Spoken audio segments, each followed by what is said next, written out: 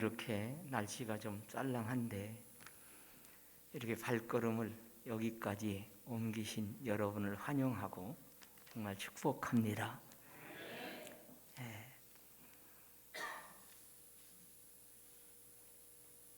어저께는 사실 눈이 많이 올 것처럼 참 많이 왔어요.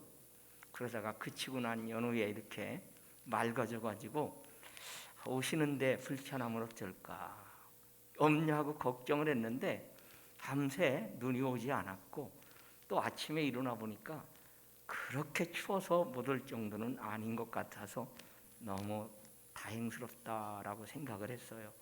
오늘 여러분들의 만남이 정말 축복의 만남이 되기를 다시 한번 정말 축복합니다. 눈이 수북히 쌓이도록 내린 어느 겨울날입니다. 강원도 깊은 골짜기를 두 사람이 찾았습니다. 나이가 지긋한 사람은 미국 사람이었고 젊은 청년은 한국 사람이었습니다. 눈속을 빠져나가면서 한참 동안 골짜기를 더듬으면서 찾아간 곳이 마침내 한 무덤이었습니다.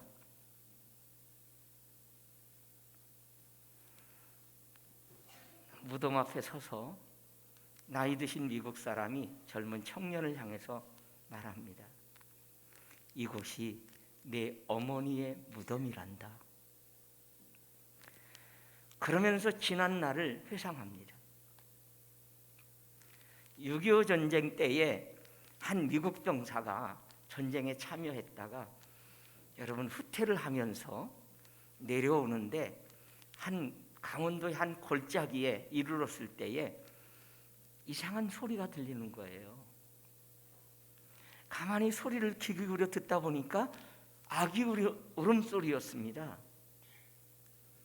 그래서 울음소리가 나는 대로 발걸음이 옮겨졌어요.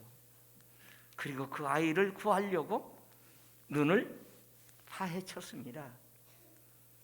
이 미국 병사는 소스라치게 놀랐어요.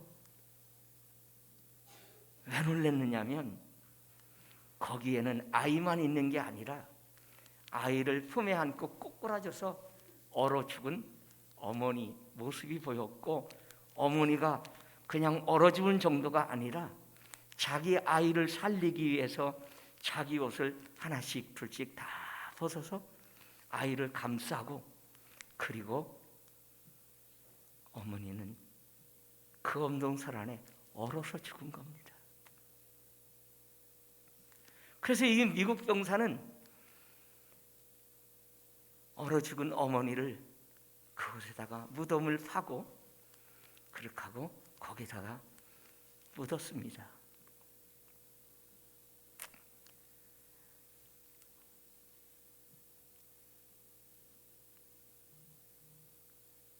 이 이야기를 그 젊은 청년을 향해서 이야기합니다. 피난을 가던 어머니가 깊은 골짜기에 갇히게 되니까 여러분 그 추운 겨울날 어떻게 살겠어요? 아이를 살리기 위해서 자기가 입고 있던 옷을 하나씩 벗어서 감싸고 자기는 얼어 죽은 겁니다. 미국 병사는 너무나 감동이 되어 이 어머니를 묻고 그 아이를 자기의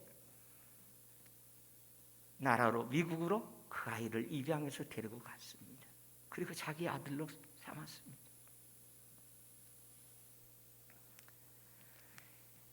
이 이야기를 청년에게 다 이야기했습니다. 그 이야기를 듣고 있던 그 청년은 뜨거운 눈물이 볼에서 흘러내리기 시작했고 그 무덤 앞에 무릎을 꿇었습니다. 그 눈물이 흘러내려 무릎 아래에 있는 눈을 녹였습니다. 한참 만에 청년은 그 자리에서 일어났습니다. 그리고 자기가 입고 있던 옷을 하나씩 둘씩 다 벗어서 완전 알몸이 되었습니다. 그리고 그 무덤에 있는 눈들을 다 손으로 치워내고 자기가 벗은 옷들을 하나씩 하나씩 덮었습니다. 마치 자기 어머니에게 옷을 입혀드리듯이 그렇게 무덤에다가 자기 옷을 덮었습니다. 그리고는 무덤 위에 쓰러져서 통곡을 하며 눈물을 흘립니다. 어머니, 그때 얼마나 추우셨어요. 이게 어머니의 희생적인 사랑입니다. 여러분, 오늘 읽은 한 구절이 기독교 성경의 가장 핵심적인 한 구절이라고 볼 수 있습니다. 하나님이 세상을 이처럼 사랑하사 독생자를 주셨으니 이는 그를 믿는 자마다 멸망하지 않고 영생을 얻게 하려 하심이라 라고 말합니다. 성경은 계속해서 하나님이 어떤 하나님이라고 말하는 줄 아십니까? 하나님은 사랑의 하나님이다라고 말합니다.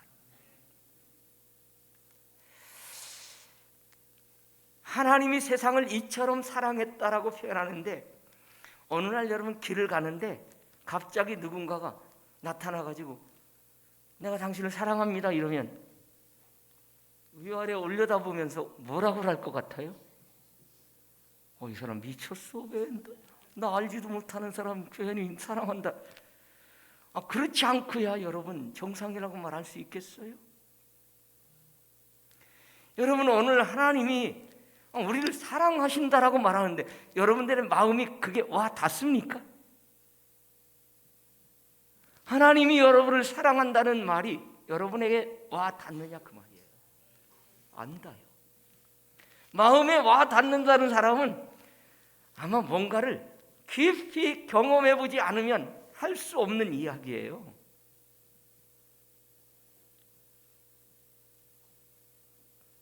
밑도 끝도 없이 하나님이 우리를 사랑한다라고 말하는데 이거 어떻게 이해해야 돼요? 여러분, 성경을 읽어보면 이렇습니다.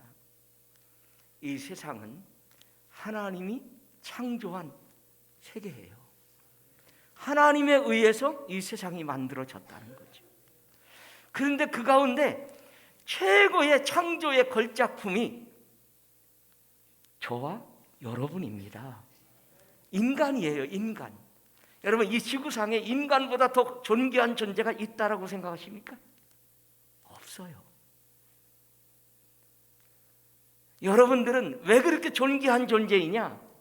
특별히 남자와 여자를 만드셨는데 그 남자와 여자 속에 하나님의 형상, 하나님을 닮은 모습으로 심어놨어요.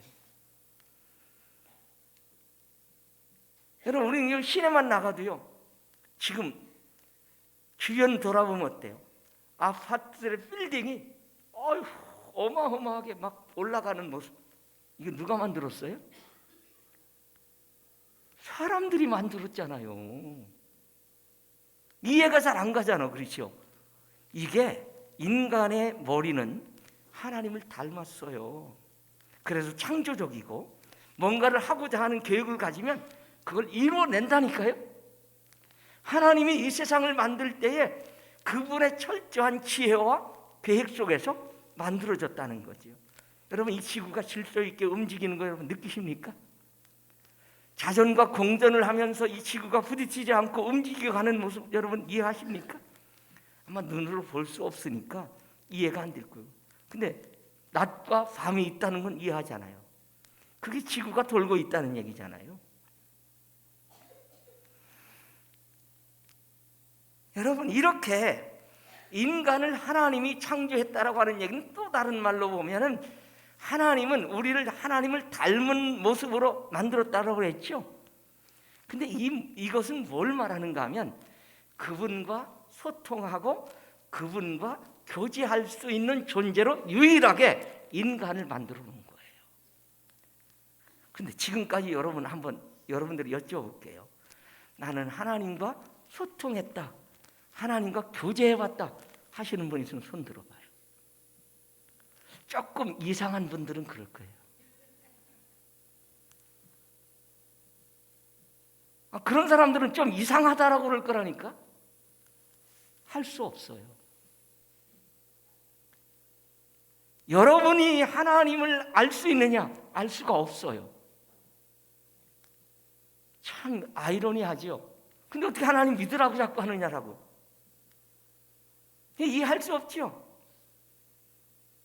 그런데 여러분, 하나님과 소통하고 하나님과 교제하도록 지음받은 인간이 그들 속에 죄악이 들어오면서 그 하나님과의 관계, 소통이 깨지고 교제가 단절되었다는 사실이에요.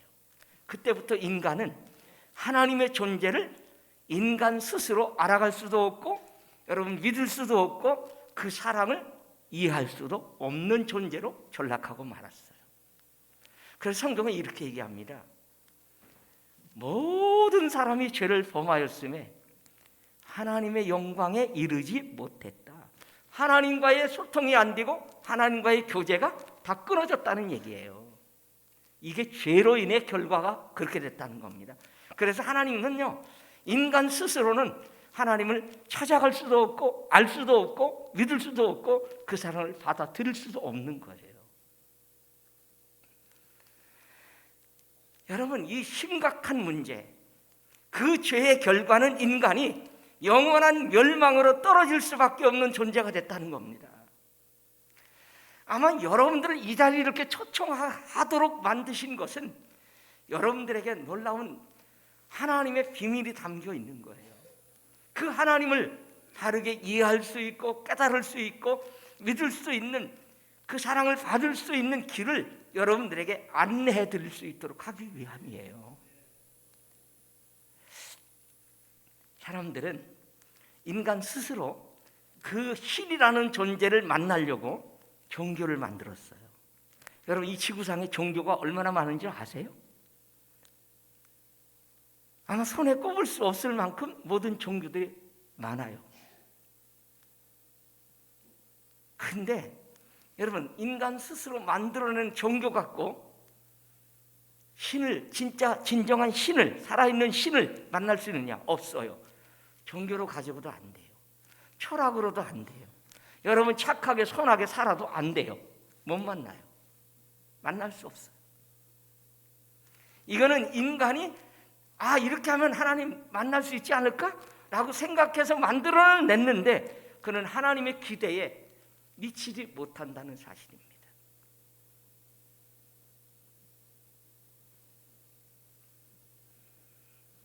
그래서 죄를 지은 인간은 모든 사람이 다 죽음이라는 사망이라는 이 어둠 속에 갇히게 된 겁니다. 그 인간이 가장 두려운 게 뭐예요? 죽음이라는 거예요. 사망이에요. 이걸 극복할 수 있는 사람은 이 땅에 아무도 없어요.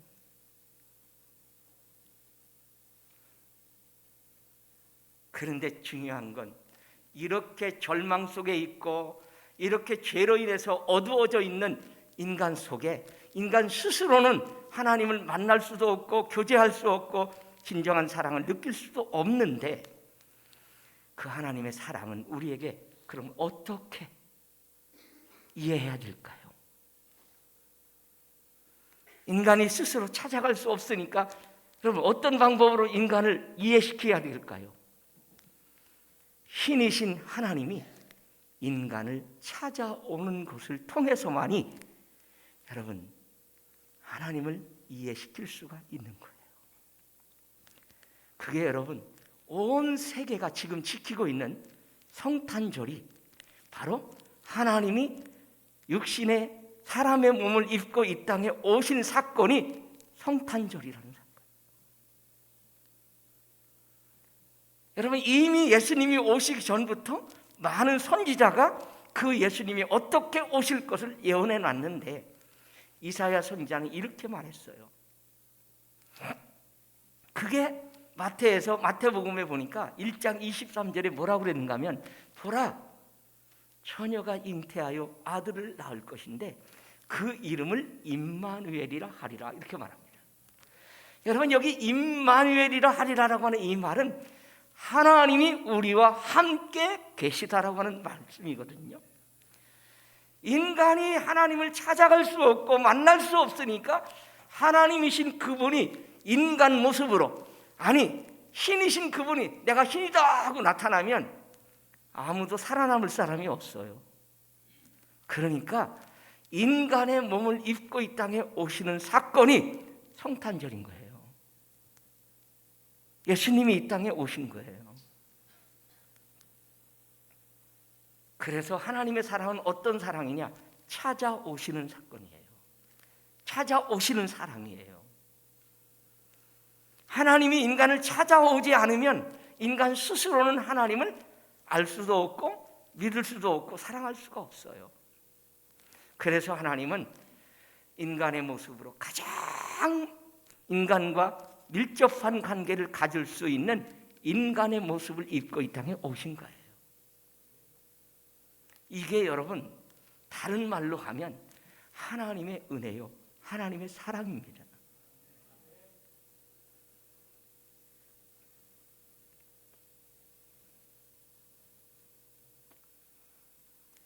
여러분, 어머니가 아들을 살리기 위해서 자신의 생명을 내어주는 것 같이 할 수 있을까요? 여러분, 하나님께서 예수님을 보내셔서 오늘 저와 여러분들의 죄를 대신하신 이유는 저와 여러분을 사랑하셨기 때문입니다. 하나님께서 우리를 얼마나 사랑하셨는지 인간의 몸을 입고 찾아오신 거라는 거죠. 또 하나님의 사랑의 특징이 하나가 뭐냐? 오늘 본문 딱 한 구절이니까 여러분, 아마 여러분들 어느 정도 이 말씀은 많이 전해 들은 말이기도 하기 때문에 이해할 거예요. 하나님이 세상을 이처럼 사랑하사 독생자를 주셨으니, 하나님의 사랑은 내어주시는 사랑이에요.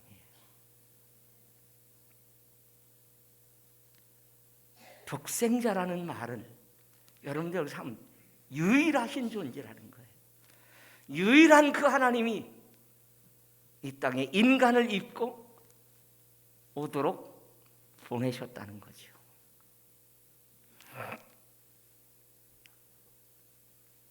제가 아들이 셋이에요. 욕심이 많죠. 큰아들, 둘째 아들 이렇게 있었을 때에, 낳았을 때에 형님은 딸만 둘이에요 또. 그러니까 어느 날 형님이 고민을 많이 했던 것 같아요. 저한테 심각하게 이렇게 얘기를 하더라고요. 야, 너희는 아들이 둘이니까 큰아들은 내게 좀 줘라. 그 말을 하는데 내가 알았어, 이렇게 할 수 있을 것 같아요? 고민이 되는 거야. 그래가지고서는 집사람하고 상의를 해야 될 것 같으네요. 이렇게 하고 일단 물러섰어요. 내가 집사람한테 얘기를 했어. 형님이 이렇게 아들 하나 달라는데 어떡할까? 이야, 저보다도 더 완강하지요. 큰아들은 큰아들에게 안 주고 둘째 작은 아들은 너무 어리니까 못 주는 거죠. 못 준다고 했어요. 아마 여기 있는 부모님들도 마찬가지일 거예요. 누군가가 여러분 아들 달라고 그러면 흔쾌히 내줄 수 있을까요? 근데 여기서 하나님의 사랑이 얼마나 큰가를 내가 조금은 더 이해할 수 있었어요. 왜? 지금 당신이 이 땅에 창조해 놓은 인간들이 죄로 인해서 오늘 말씀 가운데 멸망할 수밖에 없는 자리에 떨어져 있는 상황이에요. 여러분들이 지금 잘 살잖아요. 건강하게 살잖아요. 그래도 지금 뭐 예수 안 믿고 하나님 몰라도 잘 사는 것처럼 살잖아요. 그러니까 여러분들의 미래가 다 밝을 줄 알아요. 그냥 천국 갈 줄 알아요. 근데 여러분, 성경은 분명히 말합니다. 모든 죄를 지은 사람들은 영원한 사망으로 떨어진다는 거예요. 아마 이런 얘기하면 뭐 또 그런 얘기하냐고 또 할 수 있을는지 몰라. 이건 성경에서 말하는 진리입니다. 이건 바뀌지 않아요. 여러분들이 엄청난 문명에서 살아도 똑같아요. 인간은 본질이 하나님과의 관계가 깨진 죄 가운데 전락된 인간이에요. 어쩔 수가 없어요. 여기서 자유할 수 있는 사람이 없다 그 말이에요. 그래서 하나님은요, 저와 여러분들을 살리기 위해서 독생자를 우리를 위해서 이 세상에 내어주셨다는 거예요. 보내신 거예요. 보내신 거.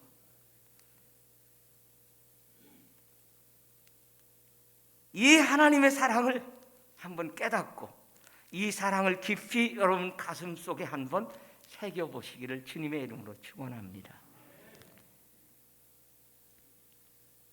또 한 가지 하나님의 사랑의 특징이 있다면, 이 모든 걸 한마디로 표현하면 하나님은 자기 희생적 사랑, 이걸 다른 원어적인 의미로 보면 아가페 사랑이라고 얘기합니다. 희생적 사랑이라고. 아니, 우리를 위해서 보내주시는 것도 감격지한데 그 사랑도 너무나 큰데 우리의 죄값을 어떻게 할 수 있느냐? 우리가 죄 가운데 있는데 이 죄를 어떻게 해결할 수 있느냐? 물론 하나님이 못하실 게 없겠지요. 그런데 인간이 지은 죄는 인간만이 대신할 수 있어야 되는 거예요.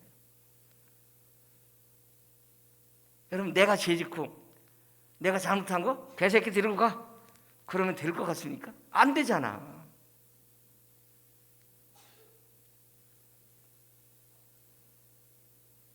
그래서 하나님은 자기 하나밖에 없는 독생자 예수 그리스도를 이 땅에 우리의 죄값을 대신하도록 하기 위해서 보내신 거예요. 여러분, 이 사랑이 바로 하나님의 자기 희생적 아가페 사랑이라는 거예요.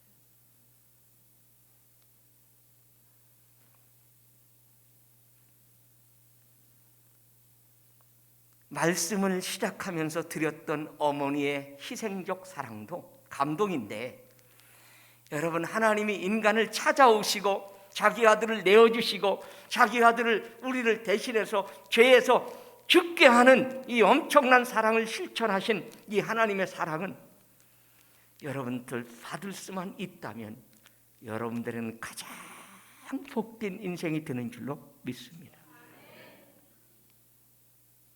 여러분, 선택이 아니에요. 하나님의 사랑을 받는다라고 할 수만 있다면 무조건 받아들여야지. 여러분들이 안 받아도 영원한 삶을 살 수 있다? 아니에요. 오늘 말씀에 보니까 여러분, 이렇게 엄청난 사랑을 우리 하나님이 쏟아부어 주셨는데 여기서 여러분들이 죽음에서 생명으로, 또 여러분 이 땅에서 잠시 삶이 영원한 삶으로 바뀌는 삶은 다른 게 없어요. 오늘 말씀에 뭐라 그래요? 그를 믿는 자마다, 그를 믿는 자마다 멸망하지 않고 영생을 얻는다라고 말합니다. 여러분, 조건은 한 가지입니다. 구원이라고 하는 이 엄청난 선물은 하나님께서 조건 없이 여러분들에게 다 안겨주시는 거예요. 다, 모두에게 다 주시는데 여러분들이 믿음이라는 것 가지고, 아, 하나님이 이렇게 우리를 사랑하셨어, 예수님을 보내신 건 내 죄를 대신해 주시기 위해서 보내셨다라고 하는 이 예수님을 여러분들이 받아들일 때 여러분들은 사망에서 생명으로 옮겨지는 거예요. 여러분, 여기에 이 육신적인 삶이 잠깐이지만은 이 잠깐의 삶이 여러분들이 영원한 삶으로 연결되어지는 삶과 연결되어 있다는 거예요. 그 조건은 단 하나, 믿는 거예요. 예수 그리스도를 나에게 내가 받아들이는 사건이 여러분 삶에 있기를 주님의 이름으로 축원합니다. 아무나 다 그냥 무료로 주고 다 공짜로 주시기는 하는데 여러분의 것으로 만드는 방법은 단 한 가지, 예수 그리스도를 내가 받아들이는 거라는 거예요. 요한복음 3장 14절 15절에 보면 이렇게 말합니다. 모세가 광야에서 뱀을 든 것 같이 이는 그를 믿는 자마다 영생을 얻게 하려 하심이라. 이 배경을 조금 설명드려야 여러분 이해가 갑니다. 아니, 모세라는 사람이 놋뱀을 만들어서 광야에서 딱 들었는데 이 놋뱀을 바라보는 사람들은 다 구원을 얻고 산다는 거예요. 자, 이게 무슨 얘기냐? 배경은 이렇습니다. 이스라엘 백성들이 애굽이라고 하는, 지금 이집트지요, 이집트라고 하는 나라에 한 400년 동안 종살이를 해요. 근데 하나님이 모세를 통해서 그들을 구원해 냅니다. 그런데 그 길은 그렇게 쉬운 길은 아니에요. 여러분, 한 200만 명 정도 대전 시민이 몇 만이에요? 150만. 조금 왔다 갔다 하더라고. 못 뛰는 것처럼 그러더라고요. 그런데 150만 인구가 한번 옮겨 간다라고 한번 생각해 보세요. 이야, 이거 보통 문제가 아닙니다. 그런 가다가 어느 길로 가야 될 건지 길의 문제가 생겼다 보니까 사람들이 막 원망, 불평 막 이런 게 터진 겁니다. 올 게 온 거야.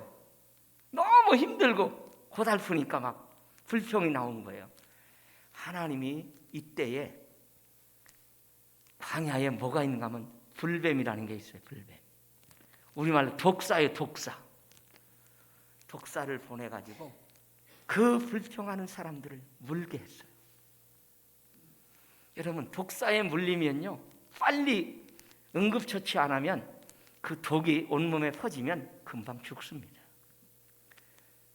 그 불뱀에 물리면 막 열이 펄펄 나면서 엄청 몸이 뜨거워져서 그냥 죽는 거예요. 이때에 이스라엘 백성들이 모세를 향해서 우리를 좀 구해달라고, 도와달라고 하소연을 하면서 막 울부짖습니다. 이러니까 모세도 어떤 방법이 없잖아요. 하나님 앞에 엎드려 기도하니까 하나님께서 뭐라고 말씀하느냐? 놋뱀을 장대에다 높이 달아서 올리고 누구든지 이 놋뱀을 쳐다보는 자는 살리라, 이렇게 말씀한 거예요. 아니, 불뱀에서 지금 물려서 죽어가는 사람인데 어떻게 놋뱀을 쳐다보면 산다는 걸까? 대부분의 많은 사람들이 모세를 불신하고 믿지를 않는 거예요. 그런 사람들은 다 죽었는데 놋뱀을 쳐다보는 자는 살더라. 기적이죠. 여기서 뭘 요구한 거예요? 하나님이 믿음을 요구했다는 겁니다. 바로 그 얘기예요. 하나님께서 이 땅에 구원자로 보내신 예수 그리스도를 누구든지 믿기만 하면 멸망하지 않고 영생을 얻게 하신다라고 하는 이 단순한 논리를 사람들이 받아들이고 그 예수를 믿는 순간 여러분들의 신분이 바뀝니다. 어떻게 바뀌는지 아세요? 요한복음이라고 하는 오늘 본문에서 조금 앞으로 가서 1장을 보면 12절 말씀에 이렇게 얘기합니다. 영접하는 자, 곧 그 이름을 믿는 자들에게는 하나님의 자녀가 되는 권세를 주셨으니. 아멘. 여러분 보세요.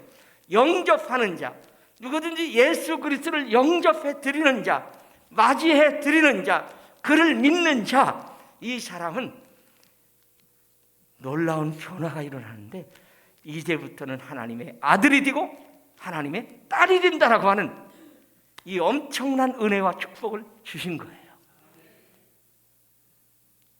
야, 여러분, 이게 기독교의 완전한 핵심적인 진리예요. 사도행전 16장 31절에 보니까 이렇게 말합니다. 주 예수를 믿으라. 그리하면 너와 내 집이 구원을 얻으리라. 여러분, 기독교의 신앙생활하는 게 복잡한 것처럼 생각하는데 하나님의 사랑이 우리에게 어떻게 다가왔는지, 그 사랑이 우리에게 어떤 영향을 주는지 그걸 이해하고 깨닫고 내가 그 예수님을 내 마음속에 주님으로 받아들이는 순간 여러분들은 하나님의 자녀들이, 아들과 딸이 되는 거라는 얘기예요. 여러분, 천국 가는 건 하나님의 자녀가 된 자들이 가는 거지 그냥 무작위로 아무나 가는 게 아니에요. 착하게 산 사람? 남 많이 도와주는 사람? 그게 아니에요. 그렇다고 그렇게 살지 말라는 얘기가 아니라 여러분 속에 예수 그리스도를 하나님의 사랑이 우리에게 보내셨는데 그 사랑을 우리가 받아들이는 순간 우리는 하나님의 자녀로 신분이 바뀌는 거예요.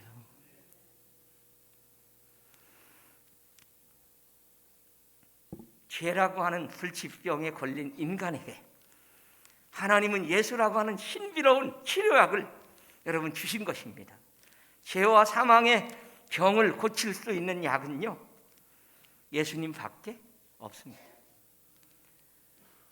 사망을 생명으로 옮길 수 있는 분은 바로 예수 그리스도 밖에는 없습니다. 이 약을 먹는 데는 조건이 필요 없어요. 아무 조건도 없어요. 하나하나 그 예수님을 여러분 마음속에 오늘 모시고 가면 되는 줄로 믿습니다. 그냥 용접해 드리고 가는 거예요. 교회 생활이 겁나서 당장 이것도 받아들이기를 거부하는 사람들이 많아요. 여러분, 당장 교회 오질 못해도 여러분들이 예수님을 영접한 순간 여러분의 신분은 바뀌는 겁니다. 그게 양자가 되는 거예요. 양자가.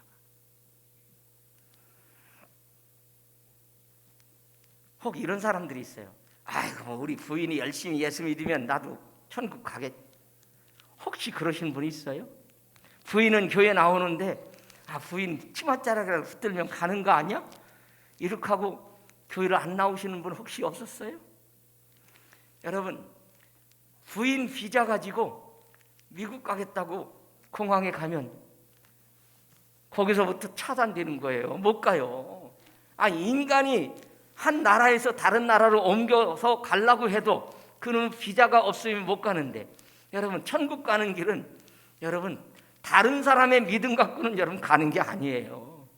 여러분들이 개별적으로 예수님을 영접하지 않는다면 못 가는 거예요.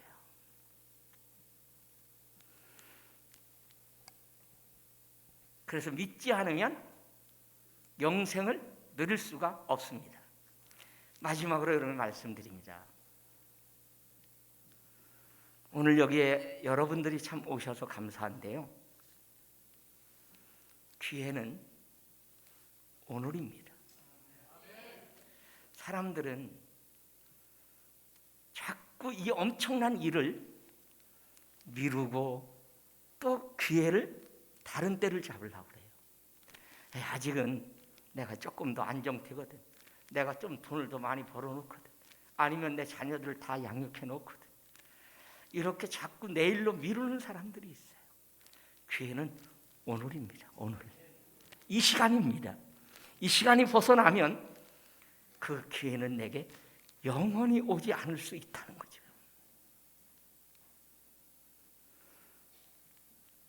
지금 이 시간 하나님께서는 여러분들의 마음의 문을 노크하고 계신 노크.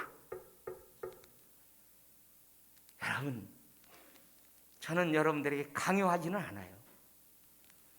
마음의 문을 활짝 열고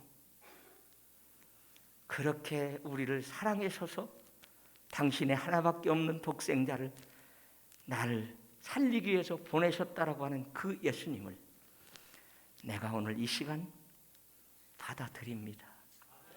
내 마음속에 주님을 모십니다. 이렇게 여러분들이 고백할 수 있기를 바랍니다. 믿음은요, 강요해서 되는 게 아니에요.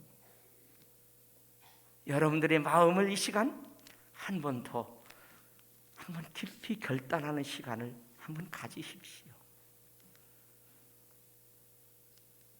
그래서 오늘 여러분들이 내가 잘 왔다, 정말 이 시간 그 예수님을 내 마음속에 모시고 이 자리를 떠날 때에 여러분들의 마음에 큰 평화가 임하고 하나님 기쁨이 임할 수 있기를 간절히 소원합니다. 여러분, 기회를 잡으십시오. 성공의 기회는요, 인생 속의 성공의 기회는 많은 것 같으면서도 순간의 찰나, 여러분 놓치면요, 기회는 영원히 오지 않을 수 있다는 사실입니다. 여러분, 예수 그리스도를 나의 구주로 영접하고 영생을 얻을 수 있는 기회는 지금 이 시간 주신 것입니다. 여러분, 거부하지 말고 여러분 마음속에 그 주님을 모시고 돌아가는 가벼운 발걸음이 되기를 주님의 이름으로 축원합니다. 우리 예수 믿으세요라고 하는 찬양을 함께 하면서 말씀을 맺겠습니다.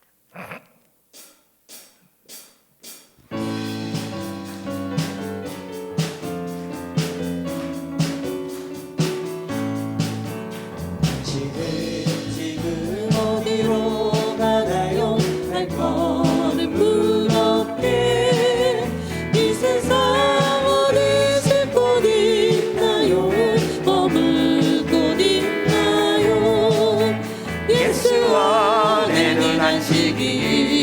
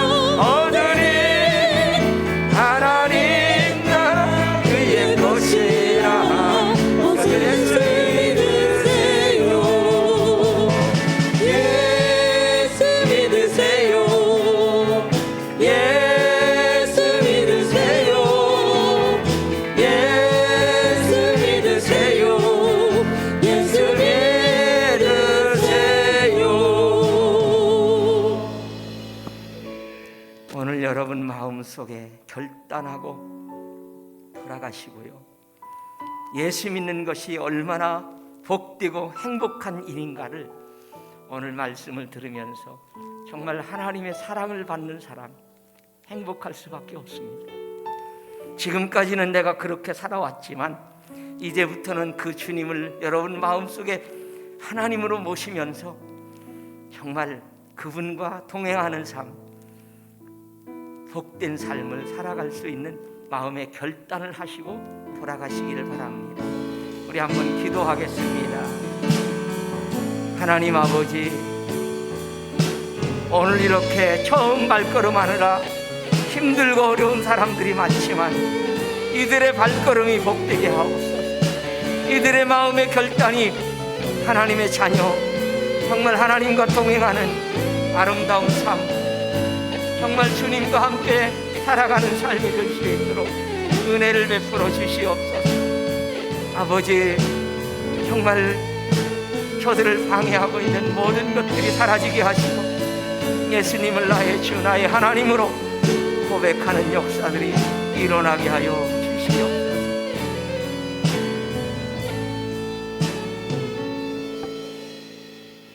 하나님 아버지, 오늘 우리 사랑하는 VIP들이 주님께로 인도받는 귀한 날을 삼아주신 것 감사합니다. 하나님은 우리를 사랑하셨습니다. 우리가 하나님을 찾아갈 수 없고 만날 수 없으니 하나님이 인간 곁으로 우리의 모습을 하고 찾아오셨습니다. 이게 바로 성탄의 기쁨이요, 성탄의 즐거움이고 감격입니다.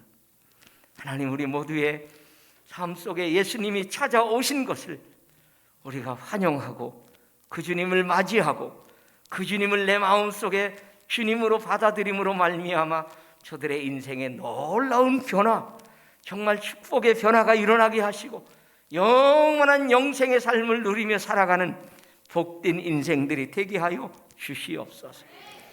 오늘 결단하며 작정하고 주님 앞에 나온 사람들도 있습니다. 하나님 아버지, 저들을 붙잡아 주시고 저들의 마음의 결심이 흐트러지지 아니하고 정말 내 마음속에 온전히 주님을 의지하고 믿음으로 하나님의 자녀의 신분으로 살아가는 귀한 우리의 아름다운 삶, 정말 복된 삶이 되도록 하나님 축복해 주옵소서. 예수님의 이름으로 기도드리옵나이다. 아멘.